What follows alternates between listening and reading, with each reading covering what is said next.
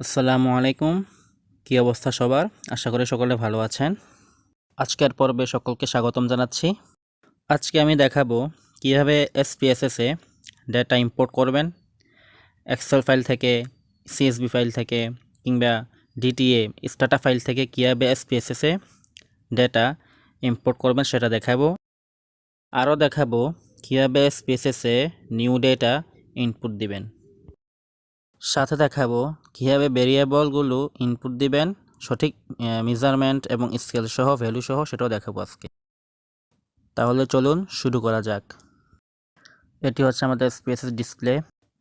শুরুতে ফাইলে যাব, এরপর ইম্পোর্ট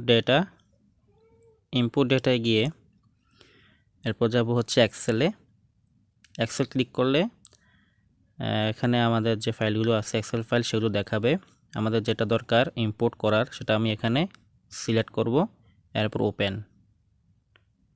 ওপেনে ক্লিক করলে এরকম একটা ডায়লগ বক্স আসবে, সেটাতে আমি রিড ভেরিয়েবল এটা সেটা মার্ক করে দিব, এরপর ওকে দিব। এরপর আমাদের ডেটাগুলো চলে আসবে। এই যে আমাদের ডেটাগুলো চলে আসছে।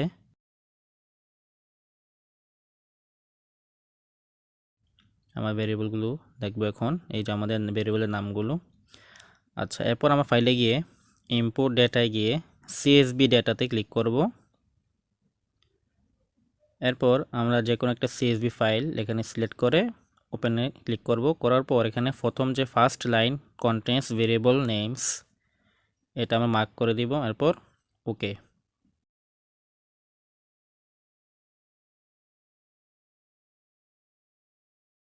এরপর আমাদের যে ডেটাগুলো চলে আসবে।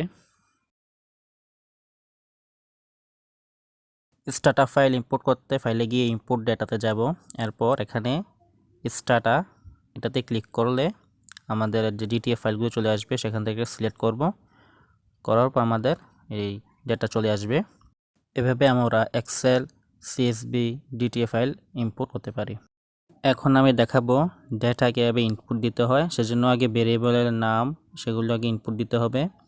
প্রথমে আমি নেম ভেরিয়েবলটা ইনপুট দিলাম, এরপর জেন্ডার ভেরিয়েবল ইনপুট দিচ্ছি।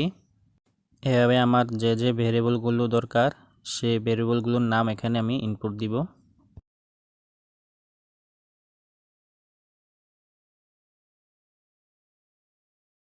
এবার একটু মনোযোগ দিতে হবে যে আমার যে নেম সেটা হচ্ছে একটা স্ট্রিং ভ্যালু, সে কারণে আমি এখানে স্ট্রিং সিলেক্ট করব টাইপে, ভেরিয়েবল টাইপে। এরপর আমাদের যে ওয়াইড সেসব ঠিক থাকবে, তবে এখানে যে মেজারমেন্ট সেটা হবে নমিনাল। জেন্ডার কোয়ালিটেটিভ ভেরিয়েবল হলেও যেহেতু আমরা এখানে নিউমেরিক ভ্যালুতে কোডিং করে নেব, ইনপুট দিব নিউমেরিকের ভ্যালু, সে কারণে আমি নিউমেরিক সিলেক্ট করলাম, তবে এর মেজার হবে নমিনাল। এখন আমরা এর যে ভ্যালু সেগুলো ইনপুট করব, মানে কোডিং করব। তো ভ্যালু লেভেল দেওয়ার জন্য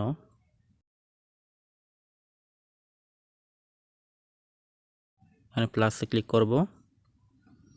এরপর এখানে ভ্যালু লিখব, লিখলাম আমি এখানে 0,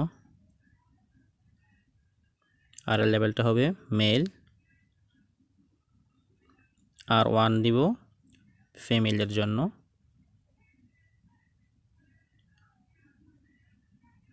আর 2 দিব হচ্ছে আদার্স।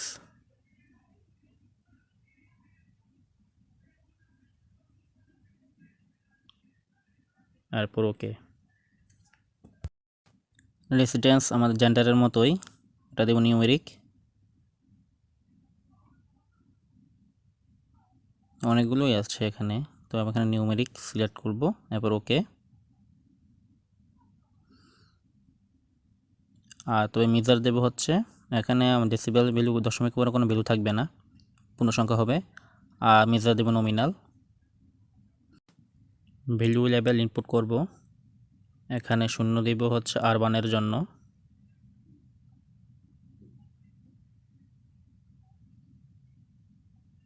এবং 1 দিব রুরালের জন্য, আর 2 দিব হচ্ছে আদার্স।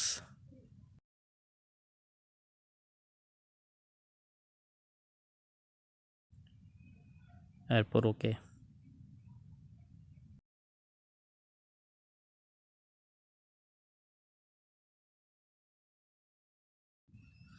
এরপর হচ্ছে ইনকাম ভ্যালু আমাদের দশমিক সংখ্যায় আসতে পারে, সেখানে আমি দশমিকের পর দুই ঘর ডেসিমাল দিলাম। এটা নিউমেরিক ভ্যালু, এটা হবে স্কেল, মেজার হবে স্কেল। সেম ওয়েতে এক্সপেন্ডিচার, সেটাও নিউমেরিক্যাল ভ্যালু এবং সেটার স্কেল হবে, মেজার হবে scale. Way to same, numeric value, decimal হবে দুই ঘর। এরপর মেজার হবে scale, height numerical value, measure হবে স্কেল। সিজিপিউ নিউমেরিক্যাল ভ্যালু, এটারও মেজার হবে স্কেল।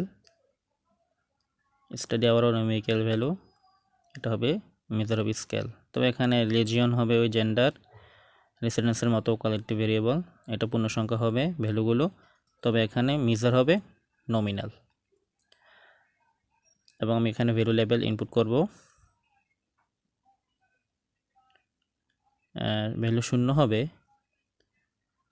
ইসলামের ক্ষেত্রে, এভাবে 1 হচ্ছে যাদের রিলিজিয়ন হিন্দু তাদের জন্য।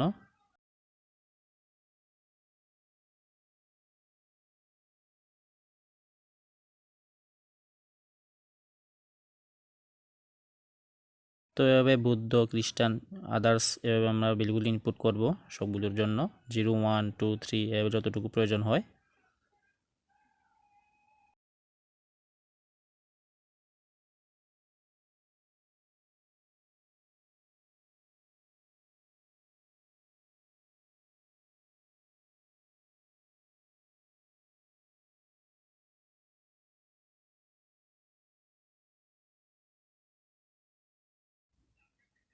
এরপর ওকে।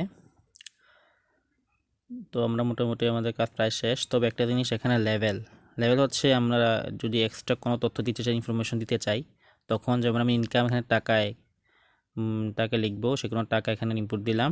এরপর ওয়েট, এক্সপেন্ডিচারও টাকায় হবে।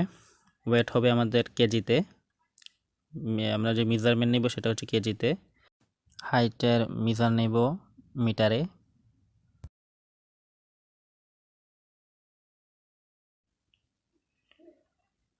স্টাডি আওয়ার, সেটা নিব হচ্ছে আওয়ারে নিব, স্টাডি আওয়ার।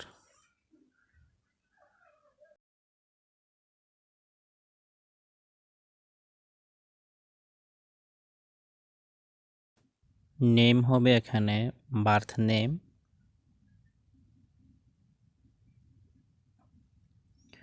SPSS লেখার সময় স্পেস না দিয়ে আন্ডারস্কোর দিতে হয়। এরপর রেসিডেন্স নিব হচ্ছে প্রেজেন্ট রেসিডেন্স।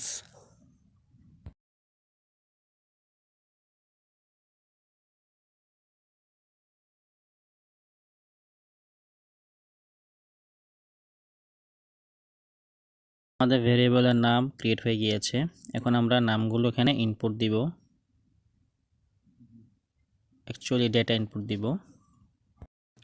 0 কোড করেছি মেলের জন্য, সেজন্য 0 দিলাম। আর রেসিডেন্স দিব হচ্ছে 1 রুরালের জন্য। ইনকাম দিলাম হচ্ছে 17,000। এক্সপেন্ডিচার দিব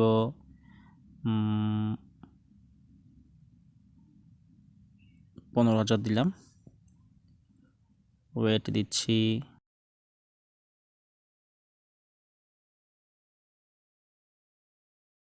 আচ্ছা, এখানে একটা জিনিস, এখানে ক্লিক করলে যে আমরা কোনটা কিসের জন্য এখানে ইনপুট দিয়েছি, কোড করেছি, সেটা চলে আসবে। এখানে ওয়েট দিলাম 75 কেজি আর হাইট দিলাম 1.70 মিটার। সিজিপিএ ইনপুট দিলাম 3.50। Study hour 6 hours. রিলিজিয়ন হচ্ছে ইসলাম, সে কারণে এখানে 0 দিব। তো এভাবে আমরা সবগুলোর ডেটা একে একে ইনপুট দিব এখানে।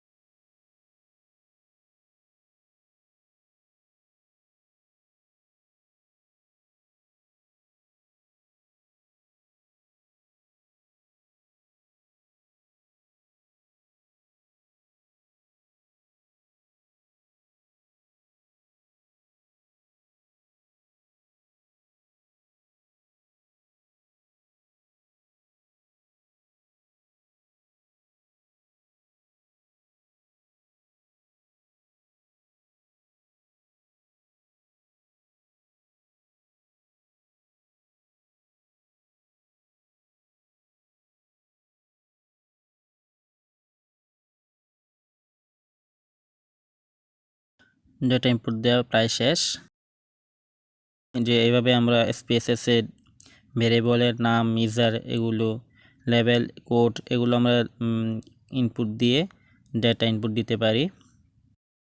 এখানে উপরে টুল বক্সে অনেকগুলো টুলস দেখতে পাচ্ছি। কোনটা কিসের জন্য ইউজ হয় সেটা আমরা একে একে দেখব। ফাইল, এডিট, ও এখানে আছে ভিউ, এরপর আছে ডেটা, আমরা ট্রান্সফর্ম, এখানে কমপ্লিট ভেরিয়েবল ইউজ করব পরবর্তীতে। এরপর হচ্ছে অ্যানালাইজ, এটা আমাদের মেইন টুল এটাতে আমরা যে ডেসক্রিপটিভ স্ট্যাটিস্টিক্স সেটা দিয়ে বের করব। অনেকগুলো অপশন আছে এখানে। এবার রিগ্রেশন বের করতে পারবো, এটা আমাদের অনেক প্রয়োজন হবে অ্যানালাইসিসের ক্ষেত্রে। অনেক ধরনের রিগ্রেশন আছে এখানে। এরপর আমাদের যে গ্রাফসে গেলে, লিখেছি ডায়ালগসে গেলে এখানে যে কোনো ধরনের গ্রাফস ড্র করতে পারবো। হচ্ছে ইউটিলিটিস, এক্সটেনশনস, উইন্ডো, হেল্প, এগুলো আছে আমাদের টুলস। আজ এতটুকুই। পরবর্তীতে আমরা একে একে কীভাবে SPSS অ্যানালাইসিস করতে হয় সেগুলো নিয়ে আলোচনা করব।